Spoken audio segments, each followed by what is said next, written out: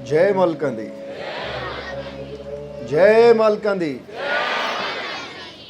जय मालकां दी। इस तो पहला कि सत्संग शुरू करिए पहला पुछ लीए तुहानू सारे ठीक हो तुसीं? कोई दिक्कत तो नहीं, कोई परेशानी तो नहीं? क्योंकि कमेटी वालियां ने जिन्हां ने अज दा ये सत्संग बेनती करके टाइम लिया, समा लिया और सानू सारिਆਂ ਨੂੰ ਇਹ मौका मिलिया, वो कह रहे सी मालको इंतजाम तो होर भी बहुत करने सी पर कल की बारिश होने करके ना वही पूरा इंतजाम नहीं कर पाए, पर असीं क्या फिर भी जो उन्होंने किया बहुत बेस्ट किया, बहुत वधिया किया। ठीक है, क्योंकि ठीक है मौसम के कारण थोड़ी एडजस्टमेंट जी है, पर ये बरसात भी जरूरी सी, नहीं तो जरा सोचो इसलिए सारे ने ऐं करते होना सी गर्मी बड़ी है। पर देखो हुण आनंद नाल बैठे हैं, किसी को गर्मी तो नहीं लगती ना, तो शुक्र करिए अपने उस मालिक का, परमात्मा प्रभु का, कि जिसने ये बरसात पवाई, ये ठंडी हवा चलाई, जिहदा असीं आनंद सारे लै रहे हैं। जो हुंदा अच्छे वास्ते हुंदा है, समझदे हो कि नहीं? इसलिए अज वैसे भी ये समझ लो आशकां दा इम्तिहान भी हुंदा है कि बरसात दे करके या किसी हालात दे करके वो किते सत्संग चों दौड़ तां नहीं जांदे, या फिर हर तरह के हालात दे विच वो बैठते है, क्योंकि जिन्हां दे अंदर प्रेम हुंदा है, मुहब्बत हुंदी है, वो फिर बाहरले हालातां दी परवाह नहीं करते। वो कहते अंदर इश्क इन्ना बड़ा है कि बाहरलियां ये जिहड़े हालात है ना, ये सानू ना ही मालिक तो दूर ले जा सकते हैं, तो ना ही साडी हिम्मत नूं, साडे प्रेम नूं, साडे हौसले नूं तोड़ सकते हैं। क्योंकि सच्चे आशकां दी तां पहचान ही उदों हुंदी, जिद्दां कहंदे ना भांडे की पहचान उदों हुंदी जदों उन्होंने खड़का के देखा जाता है। ये समझ लो कुदरत तुहानू खड़का रही है कि पक्के है या कच्चे, पर साडी ये दिल की एक चीज़ है कि दसनी चाहांगे कि वाकई जिन्ने बैठे हो ना सारे पक्के भांडे है। शाबाश, तो आओ फिर हुण तैयार हो अज दे सत्संग का आनंद लैण वास्ते? चलो बहुत अच्छी गल है। और इस तो पहला कि हुण सत्संग शुरू करिए, असीं एक बार फिर पूछांगे, खुश हो सारे? फिर स्माइल करके दिखाओ, हस के दिखाओ थोड़ा, क्योंकि याद रखो जो इत्थे स्माइल रखोगे ना तो तुहाडे जीवन च खुशियां खुशियां आउणगियां, कोई कमी नहीं रहेगी। इसलिए जे मालिक दे घर च बैठे हो, यानी सत्संग च बैठे हो, तो फिर अपने चेहरे ते मुस्कुराहट रखनी है, स्माइल रखनी है, ताकि एक निशानी है कि मालिक असीं बैठे मुस्कुरा रहे हैं, तो फिर मालिक ने भी कहना, उहदी रहमत ने भी, उहदी बख्शिश ने भी ये कहना है कि जा ये मुस्कुराहट तेरे जीवन में सदा ही बनी रहे, कभी कोई घाट ना आवे, कोई कमी ना आवे। तो इसलिए हुण तैयार हो ना अज दे सत्संग का आनंद लैण वास्ते?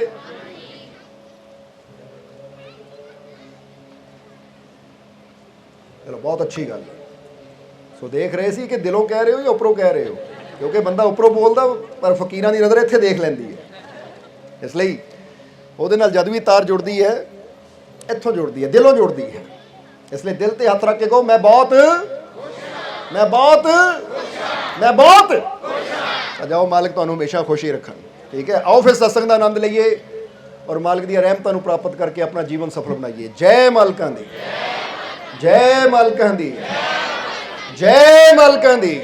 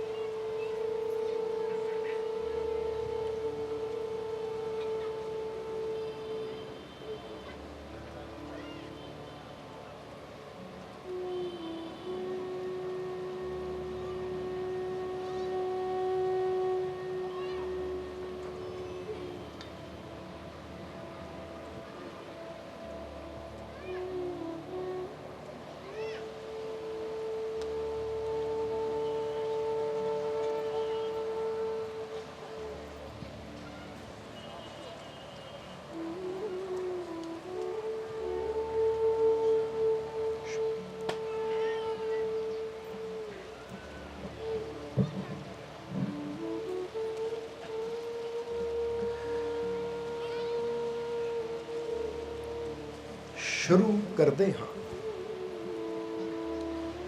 उस दो जहान दे पालन हार का नाम लेके, जो सबते बहुत ही रहमतां और बख्शिशां करने वाला है। अज का सत्संग शुरू करिए उस तो पहला अज जिन्हां मैंबरां ने ਰਲ ਮਿਲ ਕੇ ਇਸ ਸਤਸੰਗ ਦਾ ਆਯੋਜਨ ਕੀਤਾ ਹੈ, ਜਿਨ੍ਹਾਂ ਦੀ ਵਜ੍ਹਾ ਦੇ ਨਾਲ ਅਸੀਂ ਸਾਰੀ ਇੱਥੇ ਸਤਸੰਗ ਦਾ ਆਨੰਦ ਲੈਣ ਵਾਸਤੇ ਇਕੱਠੇ ਹੋਏ ਹਾਂ। ਸਭ ਤੋਂ ਪਹਿਲਾਂ ਉਹਨਾਂ ਸਾਰੇ ਮੈਂਬਰਾਂ ਨੂੰ ਅਸੀਂ ਆਪਣੀ ਤਰਫੋਂ ਆਈ ਹੋਈ ਸਾਰੀ ਸੰਗਤ ਦੀ ਤਰਫੋਂ ਬਹੁਤ ਬਹੁਤ ਵਧਾਈ ਦੇਵਾਂਗੇ, ਮੁਬਾਰਕਬਾਦ ਦੇਵਾਂਗੇ, ਕਿਉਂਕਿ ਉਹਨਾਂ ਨੇ ਬੇਨਤੀ ਕੀਤੀ, ਟਾਈਮ ਲਿਆ, ਇਹ ਸਾਰਾ ਇੰਤਜ਼ਾਮ ਕੀਤਾ, ਔਰ ਦੇਖੋ ਅਸੀਂ ਆਨੰਦ ਲੈ ਰਹੇ ਹਾਂ। ਇਸ ਲਈ ਫਿਰ ਸਾਡਾ ਫਰਜ਼ ਵੀ ਬਣਦਾ ਹੈ ਕਿ ਜਿਨ੍ਹਾਂ ਦੀ ਵਜ੍ਹਾ ਨਾਲ ਸਾਨੂੰ ਇਹ ਮੌਕਾ ਮਿਲਿਆ ਹੈ, ਉਹਨਾਂ ਵਾਸਤੇ ਆਪਣੇ ਉਸ ਮਾਲਿਕ ਦੇ ਚਰਨਾਂ ਦੇ ਵਿੱਚ ਅਸੀਂ ਅਰਦਾਸ ਬੇਨਤੀ ਕਰੀਏ ਕਿ ਮਾਲਿਕ ਇਹਨਾਂ ਸਾਰੇ ਮੈਂਬਰਾਂ ਨੂੰ ਖੁਸ਼ੀਆਂ ਦੇ ਨਾਲ, ਰਹਿਮਤਾਂ ਦੇ ਨਾਲ, ਬਰਕਤਾਂ ਦੇ ਨਾਲ, ਸੁੱਖ ਸਮਰਿੱਧੀ ਨਾਲ ਭਰਪੂਰ ਰੱਖਣ। ਆਉਣ ਵਾਲਾ ਸਮਾਂ ਇਹਨਾਂ ਸਾਰਿਆਂ ਵਾਸਤੇ ਕਾਮਯਾਬੀ, ਸਫਲਤਾ, ਖੁਸ਼ੀਆਂ ਭਰਿਆ ਹੋਵੇ। ਦਿਨ ਦੁਗਣੀ ਰਾਤ ਚੌਗਣੀ ਮਾਲਿਕ ਇਹਨਾਂ ਨੂੰ ਤਰੱਕੀ ਦੇਣ, ਇਹਨਾਂ ਦੀਆਂ ਕਮਾਈਆਂ 'ਚ ਮਾਲਿਕ ਬਰਕਤਾਂ ਦੇਣ, ਤਾਂ ਕਿ ਜਿਸ ਤਰ੍ਹਾਂ ਇਹਨਾਂ ਨੇ ਅੱਜ ਸਤਸੰਗ ਕਰਵਾਇਆ ਹੈ, ਇਹ ਹਰ ਸਾਲ ਇਸੇ ਤਰ੍ਹਾਂ ਸਤਸੰਗ ਕਰਵਾਉਂਦੇ ਰਹਿਣ, ਔਰ ਸਾਨੂੰ ਸਾਰਿਆਂ ਨੂੰ ਇਸੇ ਤਰ੍ਹਾਂ ਸਤਸੰਗ ਦਾ ਆਨੰਦ ਲੈਣ ਦਾ ਮੌਕਾ ਮਿਲਦਾ ਰਹੇ। ਇਹ ਸਾਰੀ ਸੰਗਤ ਰਲ ਕੇ ਇਹਨਾਂ ਮੈਂਬਰਾਂ ਵਾਸਤੇ ਬੇਨਤੀ ਕਰੋ ਜਿਨ੍ਹਾਂ ਨੇ ਅੱਜ ਰਲ ਕੇ ਇਹ ਸਤਸੰਗ ਕਰਵਾਇਆ ਹੈ। ਸੋ ਆਓ ਹੁਣ, ਜੇ ਅੱਜ ਸਾਨੂੰ ਮੌਕਾ ਮਿਲਿਆ ਹੈ, ਕਿਉਂਕਿ ਤੁਸੀਂ ਬੜੀ ਦੂਰੋਂ ਦੂਰੋਂ ਚੱਲ ਕੇ ਆਏ ਹੋ ਜਾਂ ਨਹੀਂ, ਤਾਂ ਸਭ ਤੋਂ ਪਹਿਲੀ ਗੱਲ ਇੱਕ ਕਹਿਣਾ ਚਾਹਾਂਗੇ ਕਿ ਜਦੋਂ ਇਨਸਾਨ ਚੱਲ ਕੇ ਆਂਦਾ ਹੈ ਨਾ, ਤਾਂ ਬੰਦਾ ਸੋਚਦਾ ਹੈ ਕਿ ਮੈਂ ਕਿਰਾਇਆ ਲਾ ਕੇ ਆਇਆ ਹਾਂ ਜਾਂ ਮੈਂ ਗੱਡੀ 'ਚ ਤੇਲ ਪਵਾ ਕੇ ਆਇਆ ਹਾਂ। ਹੁਣ ਜ਼ਰਾ ਗੌਰ ਕਰਨਾ, ਕਿਰਾਇਆ ਤਾਂ ਬੰਦਾ 50-60 ਰੁਪਏ ਲਾਂਦਾ ਹੈ, ਜਾਂ ਤੇਲ ਤਾਂ ਬੰਦਾ ਕਹਿ ਦਿੰਦਾ ਹੈ 200, 500, 1000 ਦਾ ਪਵਾ ਲੈਂਦਾ ਹੈ। ਪਰ ਉਸ ਤੋਂ ਵੀ ਕੀਮਤੀ ਇੱਕ ਹੋਰ ਚੀਜ਼ ਹੈ ਜੋ ਅੱਜ ਲਾ ਰਹੇ ਹੋ ਤੁਸੀਂ, ਔਰ ਉਹ ਕਿਹੜੀ ਚੀਜ਼ ਹੈ? ਉਹ ਹੈ ਤੁਹਾਡਾ ਇਹ ਸਮਾਂ, ਇਹ ਟਾਈਮ। ਕਿਉਂਕਿ 500 ਦਾ ਤੇਲ ਪਵਾਇਆ, 500 ਦੁਬਾਰਾ ਕਮਾਏ ਜਾ ਸਕਦੇ ਆ, ਪਰ ਅੱਜ ਜਿਹੜਾ ਸਮਾਂ ਤੁਸੀਂ ਸਤਸੰਗ ਨੂੰ ਦੇ ਰਹੇ ਹੋ, ਇਹ ਸਮਾਂ ਦੁਬਾਰਾ ਇਨਸਾਨ ਨੂੰ ਨਹੀਂ ਮਿਲਣਾ। ਇਸ ਸਮੇਂ ਦੀ ਬੜੀ ਵੈਲਿਊ ਹੈ, ਸਮੇਂ ਦੀ ਬੜੀ ਕੀਮਤ ਹੈ। ਔਰ ਅਸੀਂ ਇਹ ਕਿਉਂ ਕਹਿ ਰਹੇ ਹਾਂ ਕਿ ਅਗਰ ਅੱਜ ਇਹ ਸਮਾਂ ਕੱਢ ਕੇ ਸਤਸੰਗ 'ਚ ਆਏ ਹੋ, ਤਾਂ ਫਿਰ ਧਿਆਨ ਰੱਖਿਓ ਕਿ ਸਤਸੰਗ 'ਚ ਬੈਠਣਾ ਹੈ ਤਾਂ ਇੱਥੋਂ, ਇਹ ਨਾ ਹੋਵੇ ਕਿ ਇੱਥੇ ਬੈਠ ਕੇ ਵੀ ਸੁਰਤੀ ਧਿਆਨ ਕਿਤੇ ਬਾਹਰ ਹੀ ਹੋਵੇ। ਤਾਂ ਫਿਰ ਟਾਈਮ ਵੀ ਲਾਇਆ, ਇੰਨਾ ਕੀਮਤੀ ਸਮਾਂ ਵੀ ਦਿੱਤਾ, ਪਰ ਸਿੱਖਿਆ ਵੀ ਕੁਛ ਨਹੀਂ, ਸਮਝਿਆ ਵੀ ਕੁਛ ਨਹੀਂ, ਤਾਂ ਫਿਰ ਉਹ ਆਣਾ ਵਿਅਰਥ ਹੋ ਜਾਂਦਾ ਹੈ। ਕਿਉਂਕਿ ਅਸੀਂ ਇਹ ਚਾਹੁੰਦੇ ਹਾਂ ਕਿ ਜੇ ਅੱਜ ਤੁਹਾਨੂੰ ਮੌਕਾ ਮਿਲਿਆ ਹੈ ਸਤਸੰਗ 'ਚ ਆਉਣ ਦਾ, ਤਾਂ ਤੁਸੀਂ ਸਿਰਫ ਸਤਸੰਗ ਸੁਣੋ ਨਾ, ਬਲਕਿ ਅੱਜ ਸਿਰਫ ਸਤਸੰਗ ਸੁਣਨਾ ਨਹੀਂ ਹੈ, ਬਲਕਿ ਅਸੀਂ ਕੁਛ ਸਿੱਖ ਕੇ ਜਾਣਾ ਹੈ, ਸਮਝ ਕੇ ਜਾਣਾ ਹੈ, ਤਾਂ ਕਿ ਸਾਡੇ ਜੀਵਨ 'ਚ ਬਦਲਾਵ ਆ ਸਕੇ। ਕੀ ਆ ਸਕੇ? ਬਦਲਾਵ। ਕਿਉਂਕਿ ਇੱਕ ਇਨਸਾਨ ਸਿਰਫ ਸੁਣਦਾ ਹੈ, ਸੁਣਨ ਵਾਲਾ ਉਸ ਮੰਜ਼ਿਲ ਤੇ ਨਹੀਂ ਪਹੁੰਚ ਸਕਦਾ ਜਿਸ ਮੰਜ਼ਿਲ ਤੇ ਸਮਝਣ ਵਾਲਾ ਔਰ ਸਮਝ ਕੇ ਅਮਲ ਕਰਨ ਵਾਲਾ ਪਹੁੰਚ ਜਾਂਦਾ ਹੈ। ਸਮਝਦੇ ਹੋ ਕਿ ਨਹੀਂ? ਇਸ ਲਈ ਤੁਸੀਂ ਜੀਵਨ 'ਚ ਕਾਮਯਾਬ ਹੋਣਾ ਚਾਹੁੰਦੇ ਹੋ, ਜੀਵਨ 'ਚ ਸਫਲ ਹੋਣਾ ਚਾਹੁੰਦੇ ਹੋ, ਜੀਵਨ 'ਚ ਖੁਸ਼ੀਆਂ ਚਾਹੁੰਦੇ ਹੋ, ਤਾਂ ਗੱਲ ਯਾਦ ਰੱਖਣੀ ਕਿ ਕਾਮਯਾਬੀ, ਸਫਲਤਾ ਸਿਰਫ ਸੁਣਨ ਨਾਲ ਨਹੀਂ, ਸੁਣ ਕੇ, ਸਮਝ ਕੇ ਉਸ ਤੇ ਅਮਲ ਕਰਨ ਨਾਲ ਮਿਲਦੀ ਹੈ। ਸਮਝ ਰਹੇ ਹੋ ਸਾਡੀ ਗੱਲ? ਇਸ ਲਈ ਅੱਜ ਇਸ ਭਾਵਨਾ ਨਾਲ ਬੈਠਣਾ ਹੈ ਕਿ ਅੱਜ ਜੇ ਮੈਂ ਸਤਸੰਗ 'ਚ ਆਇਆ, ਮੈਂ ਸੁਣਨਾ ਵੀ ਧਿਆਨ ਨਾਲ ਹੈ, ਇਹਨੂੰ ਸਮਝਣਾ ਵੀ ਹੈ, ਔਰ ਇਸ ਤੇ ਅਮਲ ਵੀ ਕਰਨ ਦੀ ਕੀ ਕਰਨੀ ਹੈ? ਕੋਸ਼ਿਸ਼ ਕਰਨੀ ਹੈ।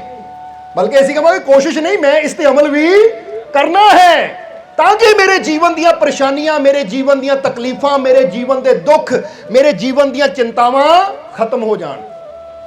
ਕਿਉਂਕਿ ਯਾਦ ਰੱਖੋ ਹਮੇਸ਼ਾ ਕਿ ਉਸ ਪਰਮਾਤਮਾ ਨੇ ਸਾਨੂੰ ਇਹ ਜ਼ਿੰਦਗੀ ਦਿੱਤੀ ਹੈ, ਜੀਵਨ ਦਿੱਤਾ ਹੈ, ਤਾਂ ਜ਼ਰਾ ਇੱਕ ਗੱਲ ਦਾ ਤੁਸੀਂ ਜਵਾਬ ਦੇਣਾ, ਸਾਨੂੰ ਦਓਗੇ ਕਿ ਨਹੀਂ? ਕਿ ਉਸ ਪਰਮਾਤਮਾ ਨੂੰ ਪਰਮਾਨੰਦ ਕਿਹਾ ਗਿਆ ਹੈ। ਕੀ ਕਿਹਾ ਗਿਆ ਹੈ? ਪਰਮਾਨੰਦ, ਪਰਮ ਸੁਖ ਕਿਹਾ ਗਿਆ ਹੈ। ਜਿੱਥੇ ਕੋਈ ਦੁੱਖ ਨਹੀਂ ਹੈ, ਜਿੱਥੇ ਕੋਈ ਚਿੰਤਾ ਨਹੀਂ ਹੈ, ਉਸ ਪਰਮਾਤਮਾ ਨੂੰ ਉਹ ਆਨੰਦ ਕਿਹਾ ਗਿਆ ਹੈ। ਹੁਣ ਸਾਨੂੰ ਜੀਵਨ ਕਿਸ ਨੇ ਦਿੱਤਾ ਹੈ?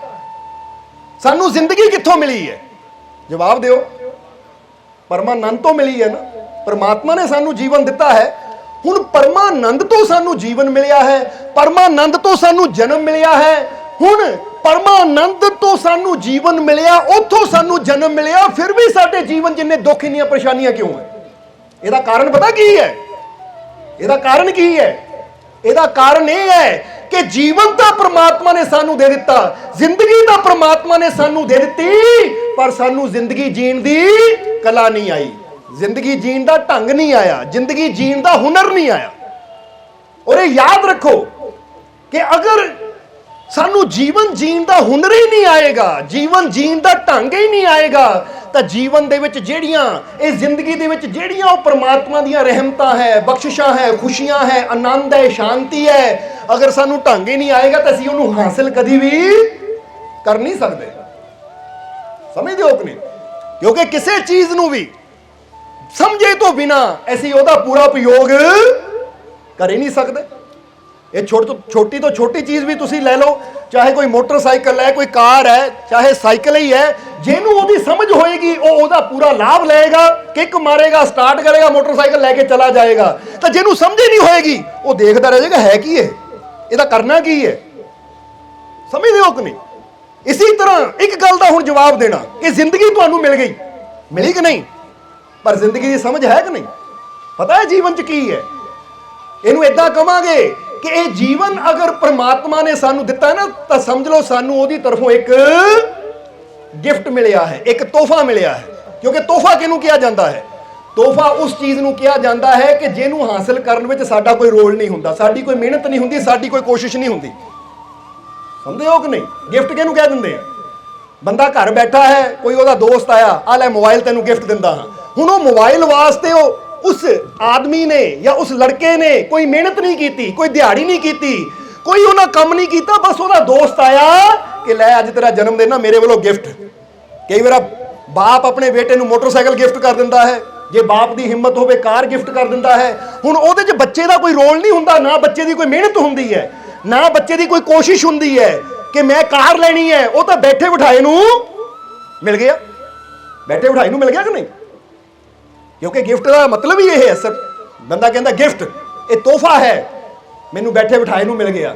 ਇਸੇ ਤਰ੍ਹਾਂ ਇਹ ਜੀਵਨ, ਇਹ ਜਨਮ ਵੀ ਤੁਹਾਨੂੰ ਪ੍ਰਮਾਤਮਾ ਵੱਲੋਂ ਕੀ ਮਿਲਿਆ ਹੈ? ਗਿਫਟ ਮਿਲਿਆ। ਨਹੀਂ ਤਾਂ ਜ਼ਰਾ ਸੋਚੋ, ਇਹਦੇ ਵਾਸਤੇ ਤੁਸੀਂ ਕੋਈ ਕੋਸ਼ਿਸ਼ ਕੀਤੀ ਨਹੀਂ।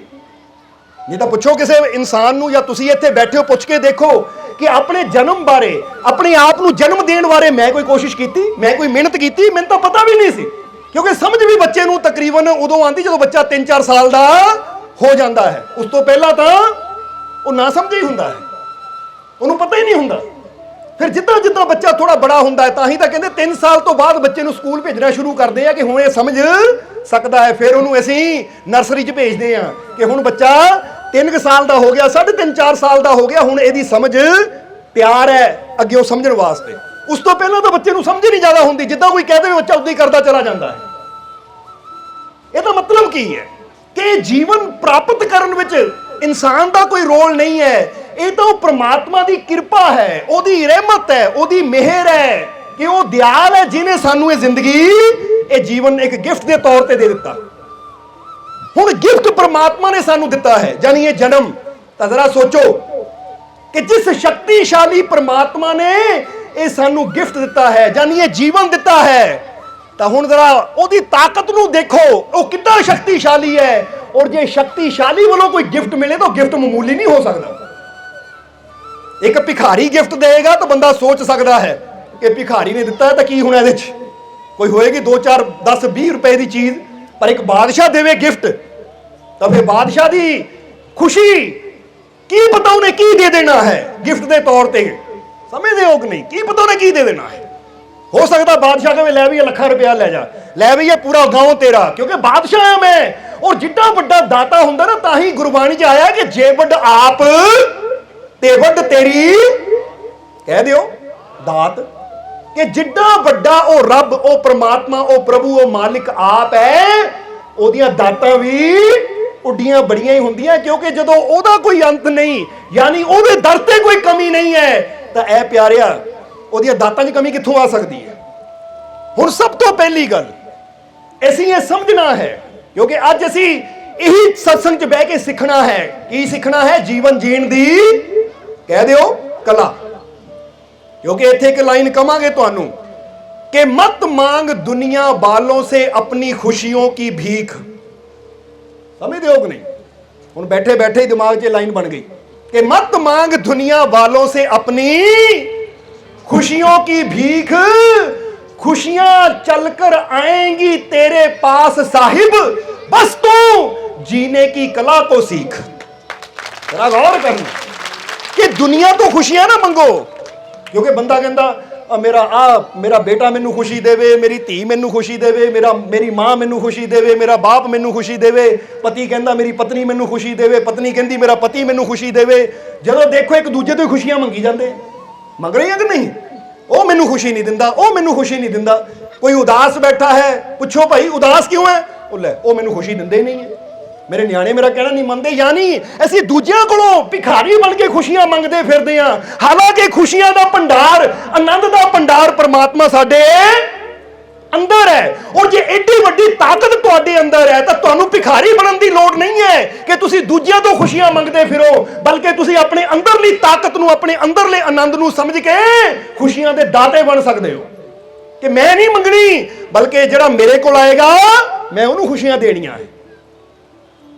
जरा समझना, ਅਸੀਂ ਰੱਬ ਨੂੰ ਕੀ ਕਹਿੰਦੇ ਆ, ਪਰਮਾਤਮਾ ਨੂੰ ਕੀ ਕਹਿੰਦੇ ਆ? ਉੱਪਰ ਵਾਲਾ ਕਹਿ ਦਿੰਦੇ ਆ ਕਿ ਨਹੀਂ? ਔਰ ਬੰਦਿਆਂ ਨੂੰ ਕੀ ਕਹਿੰਦੇ ਆ?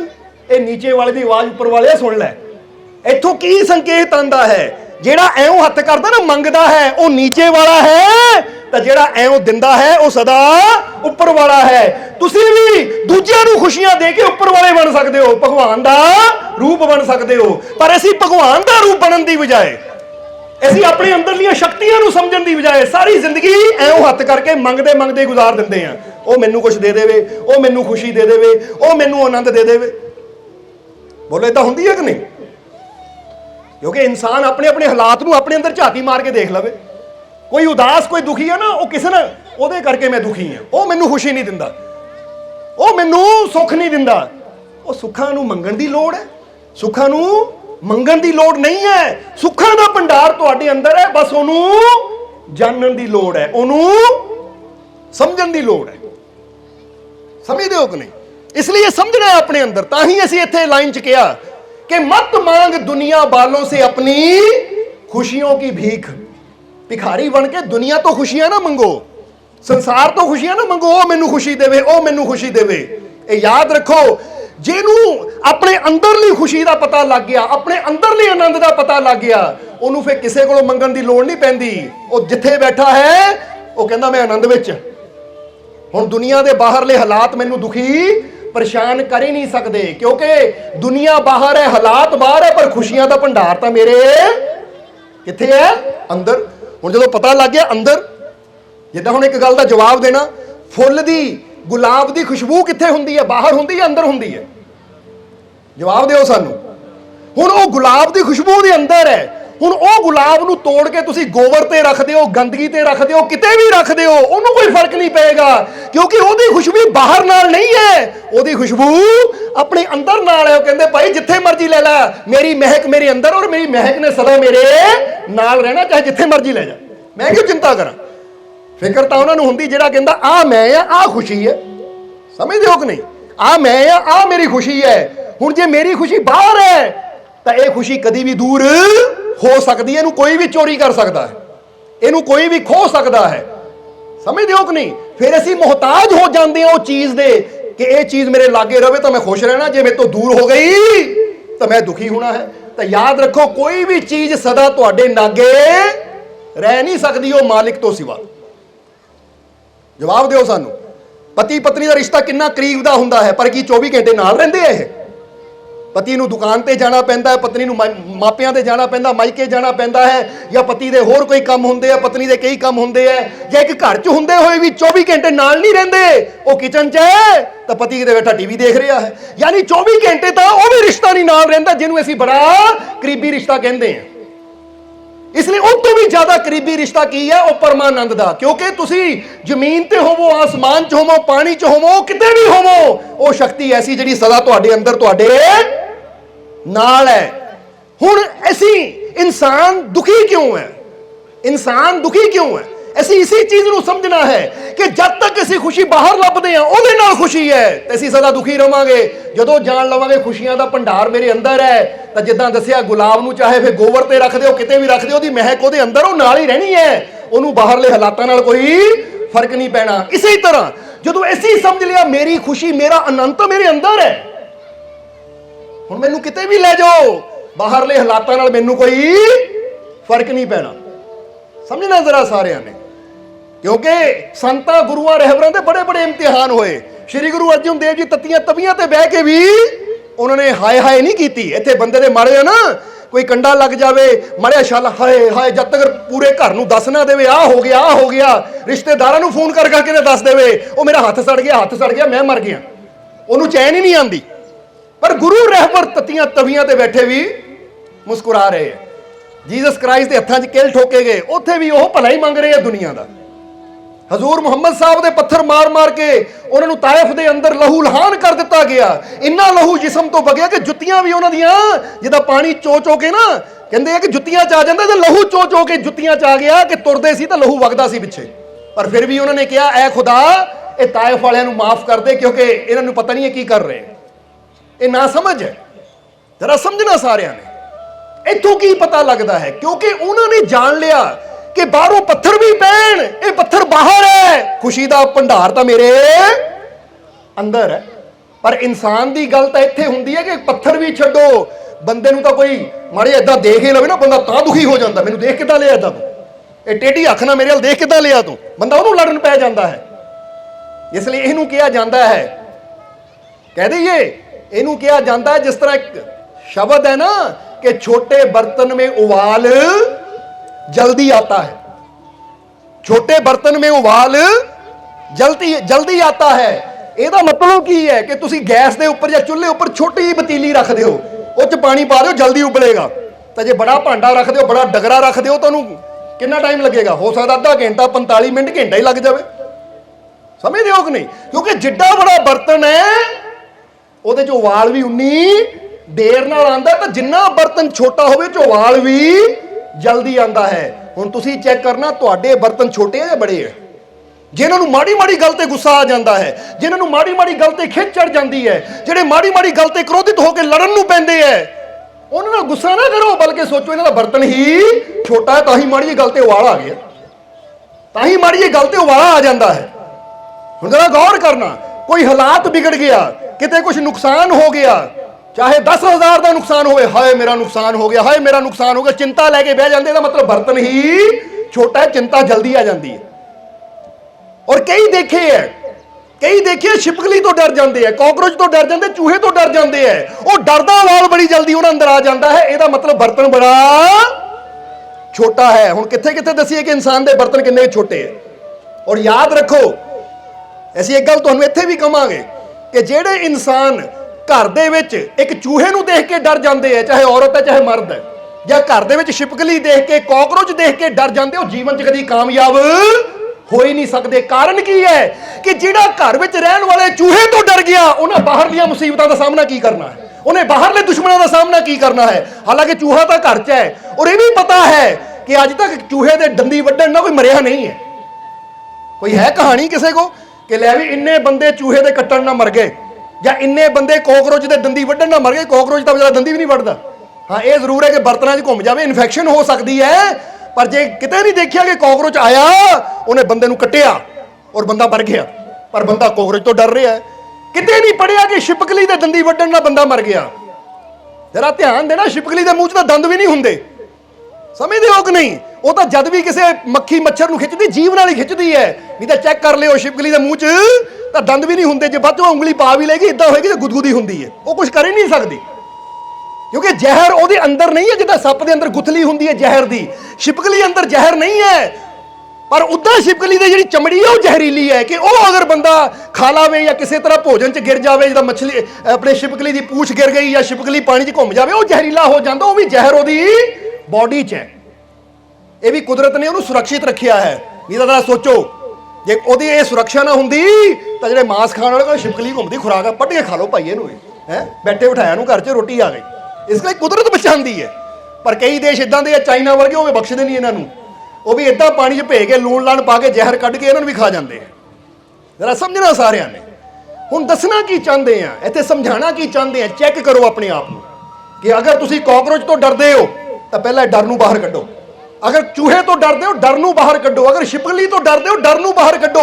पहला घर दीयां छोटी छोटियां चीज़ां तो जो असीं डरदे हैं ना, इदां दे मक्खियां मच्छरां तो, ये डर बाहर कड्डीए, इत्थे बहादुर बणीए। क्योंकि हौली हौली अपनी बहादुरी का लैवल, अपने साहस का लैवल सानू बढ़ाना पेगा, फिर ही असीं इन्ना वधांगे कि बाहर निकल के, बाहर जाके दुनिया के उपर मुसीबतों का सामना करके असीं ਕਾਮਯਾਬ ਹੋ ਸਕਾਂਗੇ। ਤਾਂ ਜੇ ਘਰ ਦੀਆਂ ਛੋਟੀ ਛੋਟੀਆਂ ਚੀਜ਼ਾਂ ਤੋਂ ਹੀ ਬੰਦਾ ਡਰੀ ਜਾਵੇ, ਔਰ ਕਈ ਵਾਰ ਅਸੀਂ ਦੇਖਿਆ ਕਿ ਮਾਤਾ, ਖਾਸ ਕਰਕੇ ਮਾਤਾਵਾਂ ਡਰਦੀਆਂ, ਪਿਤਾ ਤਾਂ ਘੱਟ ਹੀ ਡਰਦੇ, ਸਮਝਦੇ ਹੋ ਕਿ ਨਹੀਂ? ਉਹ ਮਾਤਾ ਆਪ ਤਾਂ ਡਰਦੀ ਹੈ, ਆਪਣੇ ਬੱਚੇ ਨੂੰ ਵੀ ਡਰਾ ਦਿੰਦੀ, ਉਹ ਛਿਪਕਲੀ ਹੈ, ਚੂਹਾ ਦੌੜ ਦੌੜ ਬਚ ਕੇ ਰਹਿ ਤੋਂ। ਹੁਣ ਉਹਨਾਂ ਨੂੰ ਇਹ ਨਹੀਂ ਪਤਾ ਕਿ ਤੁਸੀਂ ਆਪਣਾ ਡਰ ਆਪਣੇ ਬੱਚੇ ਦੇ ਅੰਦਰ ਵੀ ਪਾ ਰਹੇ ਹੋ, ਔਰ ਇਹ ਬੱਚੇ ਦੇ ਵਾਸਤੇ ਹਾਨੀਕਾਰਕ ਹੈ।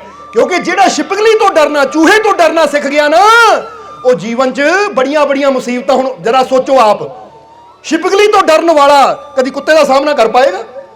ਕਦੀ ਸ਼ੇਰ ਦਾ ਸਾਹਮਣਾ ਕਰ ਪਾਏਗਾ? ਹੁਣ ਮੁਸੀਬਤਾਂ ਪਰੇਸ਼ਾਨੀਆਂ ਤਾਂ ਸਭ ਦੇ ਜੀਵਨ 'ਚ ਸਦਾ ਆਣੀਆਂ ਹੀ ਹੈ, ਕਿਉਂਕਿ ਬਿਨਾਂ ਮੁਸ਼ਕਿਲਾਂ ਤੋਂ ਇਹ ਜੀਵਨ ਨਹੀਂ ਹੈ। ਹੁਣ ਆ ਮੌਸਮ ਦੇਖਿਆ ਨਾ, ਕਦੀ ਬਰਸਾਤ ਹੋ ਜਾਂਦੀ ਹੈ, ਕਦੀ ਧੁੱਪ ਨਿਕਲ ਆਉਂਦੀ ਹੈ, ਕਦੀ ਸਰਦੀ ਹੁੰਦੀ ਹੈ, ਕਦੀ ਗਰਮੀ ਹੁੰਦੀ ਹੈ, ਕਦੀ ਪਤਝੜ ਹੁੰਦੀ, ਕਦੀ ਬਹਾਰ ਹੁੰਦੀ ਹੈ। ਇਹ ਮੌਸਮ, ਇਹ ਕੁਦਰਤ ਸਾਨੂੰ ਸਿਖਾਉਂਦੀ ਹੈ ਕਿ ਜੀਵਨ ਸਦਾ ਬਹਾਰ ਨਹੀਂ ਹੈ, ਪਤਝੜ ਵੀ ਆਣੀ ਹੈ।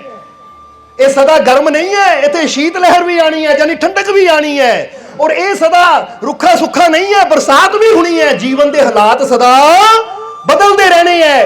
ਕਾਮਯਾਬ ਕੌਣ ਹੁੰਦਾ ਹੈ? ਕਾਮਯਾਬ ਉਹ ਹੁੰਦਾ ਹੈ ਜਿਹੜਾ ਆਪਣੇ ਆਪ ਨੂੰ ਇੰਨਾ ਮਜ਼ਬੂਤ ਕਰ ਲੈਂਦਾ ਹੈ ਕਿ ਇਹਨਾਂ ਹਾਲਾਤਾਂ ਦਾ ਅਸਰ ਮੇਰੇ ਤੇ ਨਾ ਹੋਵੇ।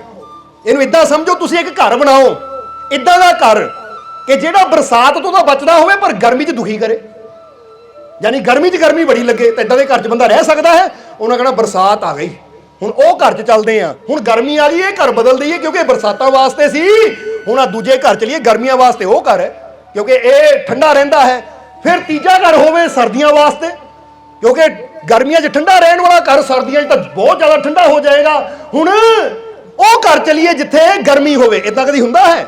ਬੰਦਾ ਇੱਕੋ ਹੀ ਘਰ ਨੂੰ ਇਦਾਂ ਦਾ ਬਣਾਉਂਦਾ ਜਿਹੜਾ ਬਰਸਾਤ ਨੂੰ ਵੀ ਸਹਿ ਸਕੇ, ਸਰਦੀ ਨੂੰ ਵੀ ਸਹਿ ਸਕੇ, ਗਰਮੀ ਨੂੰ ਵੀ ਸਹਿ ਸਕੇ, ਹਰ ਤਰ੍ਹਾਂ ਦੇ ਮੌਸਮ ਨੂੰ ਸਹਿ ਸਕੇ। ਬੰਦਾ ਇਦਾਂ ਦਾ ਘਰ ਤਿਆਰ ਕਰਦਾ ਹੈ, ਕਿਉਂਕਿ ਬੰਦੇ ਨੂੰ ਪਤਾ ਹੈ ਹੁਣ ਮੇਰਾ ਘਰ ਤਿਆਰ ਹੋ ਗਿਆ, ਇਹ ਵਾਟਰਪ੍ਰੂਫ ਵੀ ਹੈ, ਯਾਨੀ ਬਰਸਾਤ ਦਾ ਵੀ ਇੱਥੇ ਅਸਰ ਨਹੀਂ ਹੋਣਾ, ਇੱਥੇ ਸਰਦੀ ਦਾ ਅਸਰ ਵੀ ਨਹੀਂ ਹੋਣਾ, ਗਰਮੀ ਦਾ ਅਸਰ ਵੀ ਨਹੀਂ ਹੋਣਾ। ਅੰਦਰ ਮੈਂ ਸਾਰਾ ਇੰਤਜ਼ਾਮ ਕੀਤਾ ਹੈ, ਹੀਟਰ ਲਾਏ ਹੈ, ਏਸੀ ਲਾਏ ਹੈ, ਜਿੱਦਾਂ ਦਾ ਮੌਸਮ ਹੋਏਗਾ ਉਦਾਂ ਦੀ ਤਿਆਰੀ ਮੈਂ ਪਹਿਲਾਂ ਹੀ ਕੀਤੀ ਹੋਈ ਹੈ। ਤਾਂ ਬੰਦਾ ਫਿਰ ਬੇਫਿਕਰ ਹੋ ਕੇ ਘਰ 'ਚ ਰਹਿੰਦਾ ਹੈ। ਹੁਣ ਜੇ ਮੌਸਮਾਂ ਵਾਸਤੇ ਘਰ ਦੀ ਤਿਆਰੀ ਕਰ ਸਕਦੇ ਆ, ਤਾਂ ਆਪਣੇ ਜੀਵਨ ਵਾਸਤੇ ਆਪਣੀ ਤਿਆਰੀ ਕਿਉਂ ਨਹੀਂ ਕਰ ਸਕਦੇ? ਆਪਣੇ ਆਪ ਨੂੰ ਤਿਆਰ ਕਿਉਂ ਨਹੀਂ ਕਰ ਸਕਦੇ ਕਿ ਮੇਰੇ ਜੀਵਨ 'ਚ ਮੁਸ਼ਕਿਲ ਕਿਸੇ ਵੇਲੇ ਵੀ ਆ ਸਕਦੀ ਹੈ, ਪਰ ਮੈਂ ਕਿਸੇ ਵੀ ਮੁਸ਼ਕਿਲ ਤੋਂ ਡਰਨਾ ਨਹੀਂ ਹੈ, ਕਿਸੇ ਵੀ ਮੁਸ਼ਕਿਲ ਤੋਂ ਘਬਰਾਣਾ ਨਹੀਂ ਹੈ, ਕਿਸੇ ਵੀ ਮੁਸ਼ਕਿਲ 'ਚ ਨਿਰਾਸ਼ ਨਹੀਂ ਹੋਣਾ, ਉਦਾਸ ਨਹੀਂ ਹੋਣਾ, ਬਲਕਿ ਵਿਸ਼ਵਾਸ ਰੱਖਣਾ ਹੈ, ਭਰੋਸਾ ਰੱਖਣਾ ਹੈ ਕਿ ਮੇਰਾ ਮਾਲਿਕ ਮੇਰੇ ਨਾਲ ਹੈ, ਉਹ ਹਰ ਜਗ੍ਹਾ ਮੇਰੀ ਸੰਭਾਲ ਕਰੇਗਾ। ਜਦੋਂ ਇਹ ਵਿਸ਼ਵਾਸ ਇਨਸਾਨ ਦਾ ਪੂਰਾ ਹੋ ਜਾਂਦਾ ਹੈ, ਯਾਨੀ ਵਿਸ਼ਵਾਸ ਪੂਰਾ ਹੁੰਦਾ ਆਪਣੇ ਮਾਲਿਕ ਤੇ, ਤਾਂ ਫਿਰ ਇਨਸਾਨ ਤਿਆਰ ਵੀ ਹੋ ਜਾਂਦਾ ਹੈ ਜੀਵਨ ਦੀ ਹਰ ਮੁਸ਼ਕਿਲ ਦਾ ਸਾਹਮਣਾ ਕਰਨ ਵਾਸਤੇ। ਇਸ ਲਈ ਜਰਾ ਚੈੱਕ ਕਰੋ ਕਿ ਤੁਹਾਡੇ ਬਰਤਨ ਛੋਟੇ ਹੈ ਜਾਂ ਬੜੇ। ਜਿਹਦਾ ਵਿਸ਼ਵਾਸ ਛੋਟਾ ਹੈ, ਹਿੰਮਤ ਛੋਟੀ ਹੈ, ਹੌਸਲਾ ਛੋਟਾ ਹੈ, ਸਾਹਸ ਛੋਟਾ ਹੈ, ਇਹਦਾ ਮਤਲਬ ਇਹਦਾ ਬਰਤਨ ਵੀ ਕਹਿ ਦਿਓ ਛੋਟਾ ਹੈ। ਸਮਝਦੇ ਹੋ ਕਿ ਨਹੀਂ? ਇਸ ਕਰਕੇ ਇੱਥੇ ਸਮਝਣਾ, ਕਿਉਂਕਿ ਕਈ ਵਾਰ ਦੇਖਿਆ ਛੋਟੇ ਛੋਟੇ ਬੱਚੇ ਬੜੀਆਂ ਬੜੀਆਂ ਗੱਲਾਂ ਕਰ ਦਿੰਦੇ ਆ।